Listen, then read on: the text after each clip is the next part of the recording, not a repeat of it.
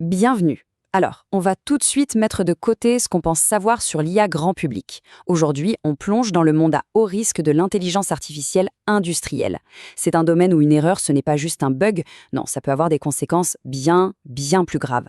Et ça nous amène à l'idée maîtresse de notre discussion. Le secteur industriel, il ne cherche pas une sorte d'IA magique qui promet monts et merveilles.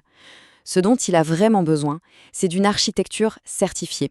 C'est une approche qui met la rigueur et la fiabilité au-dessus de tout le reste. Pour bien piger ce concept, on va déconstruire ensemble 3 mythes. 3 idées reçues très répandues qui, franchement, empêchent de voir clair. Et attention, on ne parle pas de simples malentendus. Ces mythes, ils créent de vrais risques opérationnels, des risques réglementaires, et ils peuvent même générer ce qu'on appelle une dette technique, qui finira par coûter une fortune à l'entreprise. Et il y a une vraie urgence là. Il faut savoir que des réglementations majeures, comme le règlement de l'UE sur l'IA, sont déjà en place. Le temps de l'expérimentation un peu floue, c'est terminé. Alors allons-y, plongeons dans le vif du sujet. Bon, premier mythe, et c'est un grand classique, l'IA omnisciente. C'est l'idée qu'une intelligence artificielle pourrait tout savoir, tout faire. Une croyance aussi populaire que dangereuse. C'est une idée qu'on entend partout, et elle est super séduisante. Il suffirait de donner à manger tous les manuels à une IA pour qu'elle devienne instantanément un expert. Mais ça, c'est une vision complètement déconnectée de la réalité. La réponse, c'est non. Un grand non, bien catégorique.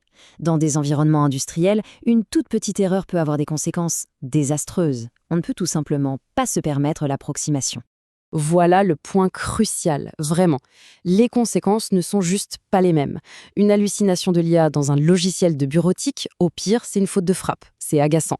La même chose dans un système naval, et ça devient un problème de sécurité majeur. L'enjeu est radicalement différent.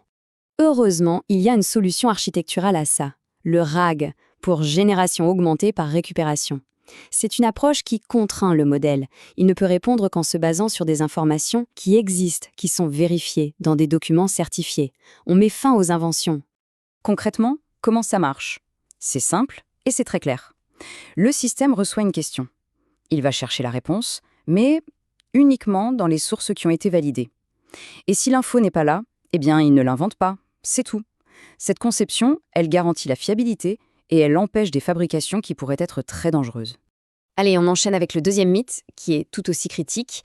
Ça concerne la sécurité et la gouvernance des données. On connaît bien le mantra dans la tech, n'est-ce pas? La scalabilité d'abord, la gouvernance, on verra plus tard. En gros, on va vite, on construit et on réglera les détails après. Sauf que dans le monde industriel, cette approche, c'est la recette parfaite pour un désastre. Et là encore, la réponse, c'est non. C'est un non catégorique.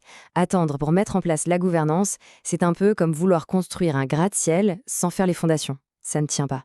Et la raison est toute simple en fait. Dans l'industrie, le savoir-faire, ce n'est pas juste une information. C'est un actif stratégique, c'est vital.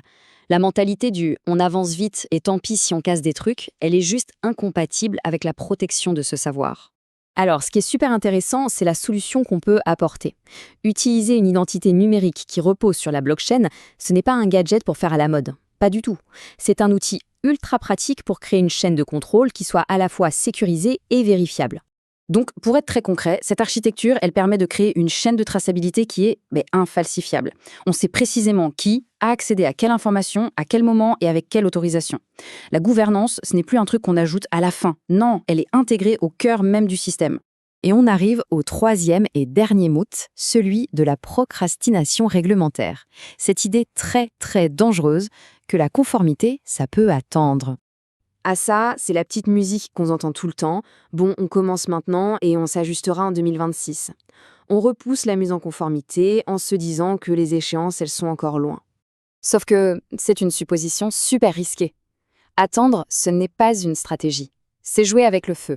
Et les coûts, au final, peuvent être absolument énormes. Et là, le graphique, il parle de lui-même. Il est sans appel. Les choix d'architecture qu'on fait aujourd'hui ont un impact financier direct sur le long terme. Si on reporte la gouvernance à plus tard, on s'expose à devoir tout refondre, tout redesigner. Et le coût, lui, il sera exponentiellement plus élevé. Finalement, si on résume, toutes ces solutions nous amènent à une seule et même idée. Une idée très puissante. Il faut adopter la mentalité d'un architecte, pas celle d'un simple installateur. Et ce tableau, il résume ça à la perfection. D'un côté, on a la mentalité des mythes, une IA qui peut tout faire, la gouvernance pour plus tard, La conformité quand on aura le temps.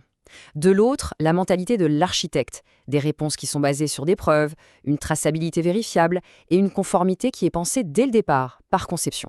Voilà. Cette phrase, elle dit tout. Le futur, ça ne s'installe pas comme on installe un logiciel, ça se conçoit, ça se construit, brique par brique avec une vraie intention et de la rigueur. Ce qui nous laisse avec une question essentielle à se poser, notre innovation est-elle construite pour durer? Est-ce que les systèmes qu'on met en place aujourd'hui sont de véritables actifs durables ou est-ce que ce sont les dettes techniques de demain? C'est ça la réflexion fondamentale à avoir.